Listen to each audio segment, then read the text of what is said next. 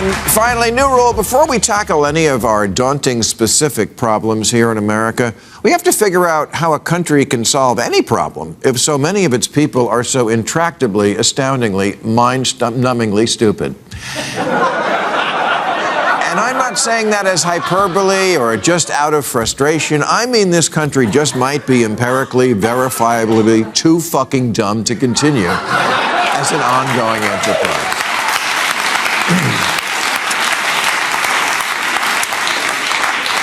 Jay Leno used to do a classic bit called Jaywalking, where he asked ordinary citizens the kind of question we used to consider common knowledge. And in the internet age, that bit has been, shall we say, updated. And is still a useful indicator of where exactly we are on the bird brain chart. Take a look at some of the answers given on a TikTok site called Project Better.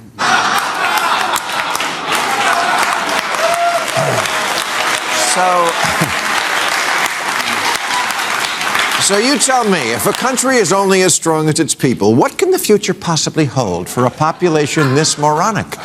Being a full-grown adult and thinking a human could walk on the sun? Or that the biggest city in the world was Asia?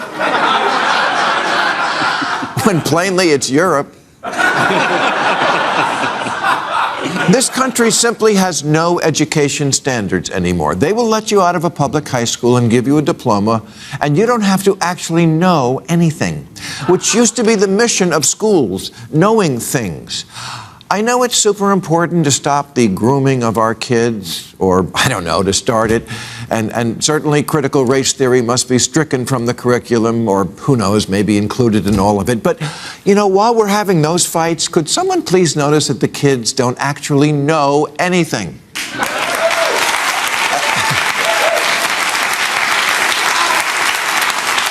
As I travel this country on weekends doing stand-up now, I see the political ads that are running on the local TV markets, and I think, how can this possibly work on people?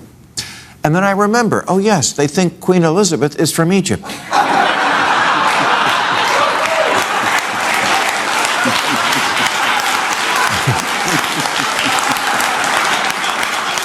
When again, plainly, it's Brazil.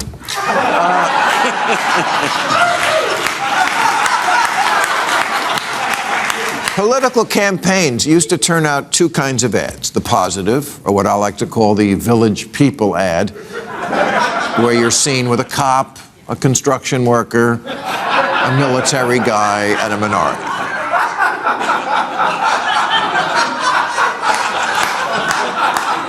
And then the negative ads, the ones that look like they were shot by Navy SEALs wearing night vision goggles, where you make your opponent look like someone who killed their spouse on an episode of Dateline.